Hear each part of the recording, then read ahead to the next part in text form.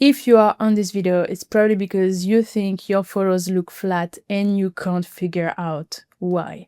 I'm gonna try to give you some hints, but before we start, I just want to tell you that it has nothing to do with your camera, it has nothing to do with your lens, and it has nothing to do with the fact that you have talent or not. Whoever you are watching this video, you are capable of creating photos that stand out, that look cinematic, that makes people feel something.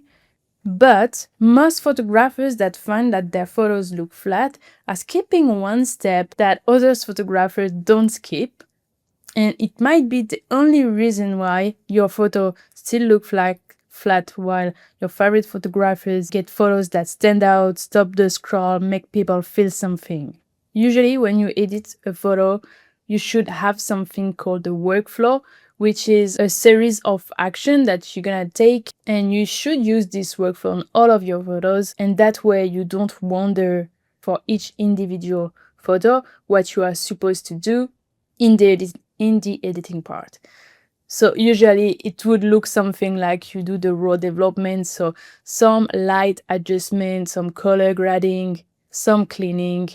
But I'm sure you already know that and you are already doing that, and this is not the step that you are missing. But there is one step you need to include inside of your workflow for each photo, and this step is called the intention. I call it step 1, the intention. That's something I teach inside of my color grading course, the color code. If you are curious about it, I'll just add the link in the description. But the intention is probably the most important part of the edit, and this is where you ask yourself, why did you take this photo?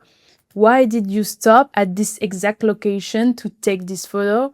What do you want the viewer to feel? What did you feel on location and that you want to recreate in the edit?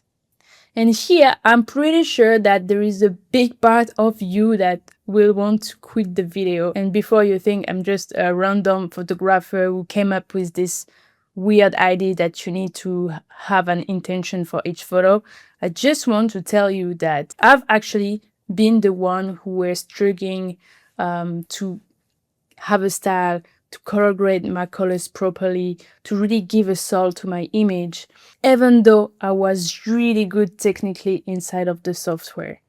And at some point in my journey, I was a photo retoucher in studios, and I can tell you that for each campaign that we were editing, we never started editing inside of the software. We were always starting with this first step.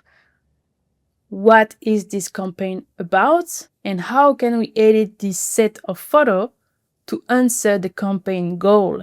And this is what you want to do with your photos, whatever is your genre photo, capture portrait, travel, commercial, product, landscape, whatever this is. You should start outside of the software asking yourself, what is the intention with that image? What do I want people to feel?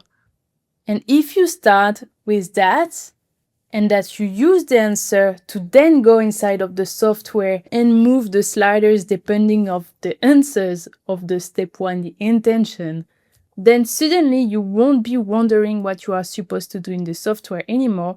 You won't be wondering what colors you should manipulate in the photo. You won't be wondering if you are over editing or not, because this first step is going to fix 50% of your problem. So I want to show you an example. Here I have this photo. This is the raw image, and as you can see, it's not a bad image, but it's also nothing special. There is some atmosphere because there was some fog on this day, so it's hiding a little bit the tower of the cathedral that we have. But it really does not represent how it felt for me on location.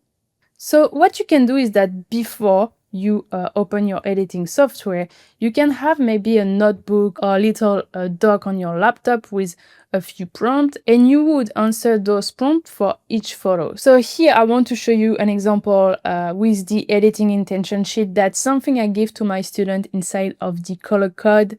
The link is in the description. And so here there are a few prompts, and you would answer the questions for each photo, at least at first when you start to implement this first step, the intention. The more you do it, the more you can just do it in your mind before editing the photo. I personally don't feel this dark every time I edit a photo because I'm very used to it now, but it would have helped me to have this kind of prompt when I started. So here, for example, what made you stop and take this photo? And so I answered the question for this photo that I just showed you.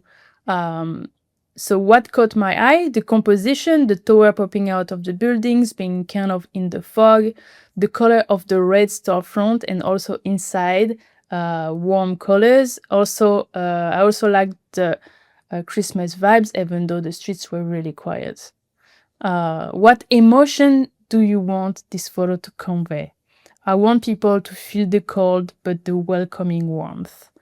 Cold versus warmth of Christmas. So when I was on location, honestly, that was probably the coldest days I had when doing a photo shoot. That was pretty terrible in Belgium. I was in Belgium for a few days. It was even snowing at some point.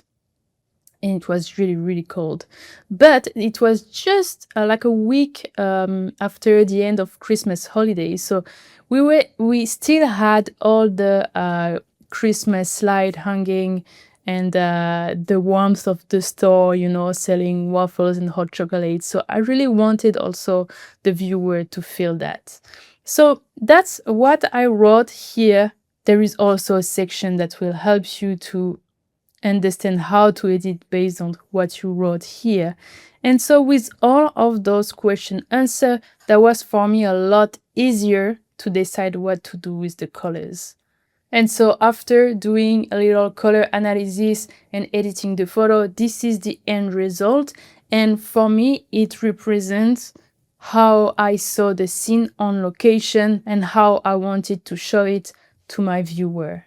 And here you might like it, you might not like it, but this is not the question. The question is, does it represent how it felt for you on location? And here you can see that between this photo that is pretty flat and that tells nothing and this photo, we have a completely different story. So now if you are wondering how you go from the step one, the intention, to editing this photo, I gave all the answer and every step in between the intention and the editing inside of the color code, my color grading course for photographers. With the color code, you have access to this tool that is a color analysis tool that will help you to analyze the existing colors in your photo and helps you to understand what are the colors that are already in the image and how to manipulate them by respecting a color harmony. So here you can see that the tools would suggest to use a split complementary color scheme. If you wanted to use another color scheme, you can also see which color manipulates to create this color harmony in your image. I won't go too in depth because this is not the topic of this video, but if you are interested to get the tool with the color grading course, I will add the link in the description. This is not a subscription. You pay once and you get the tool for a lifetime. I really hope that this video helped you. Please, before editing your next photo, think about what is the intention behind this photo. Think about what you took the photo. Why do you want to share it with others? What do you want them to see when they look at your photo? And you're gonna see that it's going to help you a lot once you are in the editing software.